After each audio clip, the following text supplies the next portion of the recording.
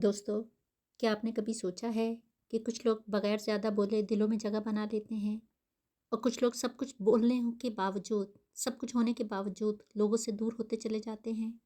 ये किस्मत का फ़र्क नहीं होता, ये तालीम का फ़र्क भी नहीं होता। ये फ़र्क होता है रवैये का, अंदाज़ का और छोटी-छोटी बातों का।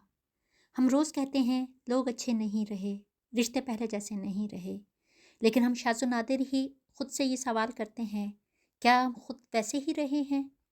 आज मैं आपसे वो बातें शेयर करना चाहती हूँ जो आपको किताबों में कम मिलेंगी लेकिन ज़िंदगी में बहुत ज़्यादा काम आती हैं। वो असूल जो इंसान को बावकार बनाते हैं और ताल्लुकात को टूटने से बचाते हैं।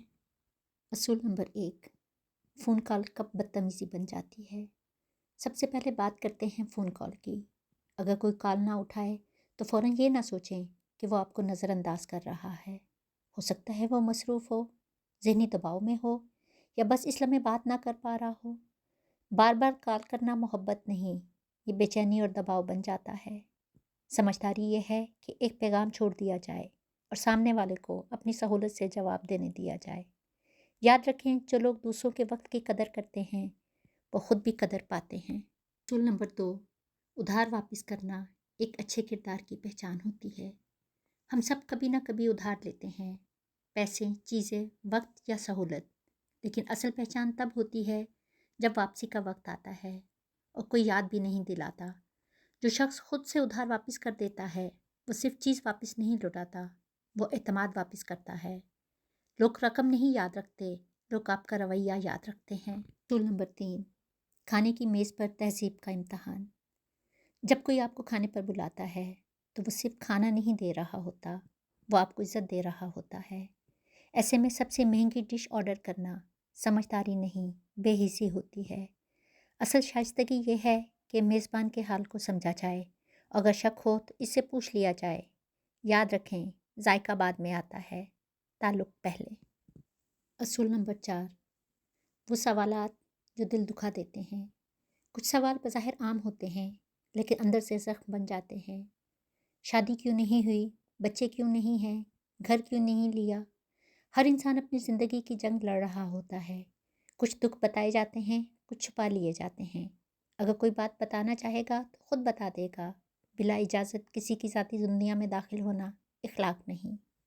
छोटा अमल मगर बड़ा पुरअसर। असूल नंबर 5, दरवाज़ा खोलना इज़्ज़त की अलामत है। दरवाज़ा थाम लेना, किसी को पहले गुजरने देना या रास्ता दे देना, ये छोटे काम असल में बड़े पैगाम होते हैं। ये कहते हैं मैं तुम्हारी इज़्ज़त करता हूँ। ये अमल किसी एक के लिए नहीं, हर इंसान के लिए होना चाहिए। असूल नंबर 6, रिश्तों का तवाज़ुन। अगर हर बार सफ़र में एक ही शख्स पैसे दे और दूसरा सिर्फ वादे करे तो रिश्ता आहिस्ता आहिस्ता बोझ बन जाता है। सच्ची दोस्ती वो है जिसमें लेना भी हो और देना भी। छोटी जिम्मेदारियाँ बड़े रिश्ते बनाती हैं। असूल नंबर 7, इख्तलाफ राय। इख्तलाफ को दुश्मनी ना बनाएं, इख्तलाफ को लड़ाई ना बनाएं। मुमकिन है आपको 6 नज़र आ रहा हो और सामने वाले को 9। फ़र्क नज़र का है, नियत का नहीं। जब आप सुनना सीख लेते हैं तो सुनाना खुद आ जाता है। असूल नंबर 8, बात काटना रिश्ते तोड़ देता है। जब कोई बात कर रहा हो और आप बीच में बोल पड़ें तो वो सिर्फ जुमला नहीं टूटता, रिश्ता भी कमज़ोर होता है। अक्सर लोग हल नहीं चाहते, वो सिर्फ सुने जाना चाहते हैं।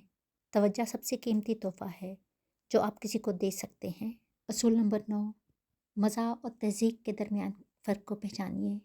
हंसी मज़ाक खूबसूरत है लेकिन अगर किसी की मुस्कुराहट दिल से ना हो तो समझ लें कि हद पार हो गई है। सच्चा दोस्त वो है जो हंसा भी दे और दिल भी महफूज रखे। छोटे आदाब के बड़े असरात। शुक्रिया और इज़्ज़त। शुक्रिया कहना छोटा लफ्ज़ है मगर असर बहुत बड़ा है।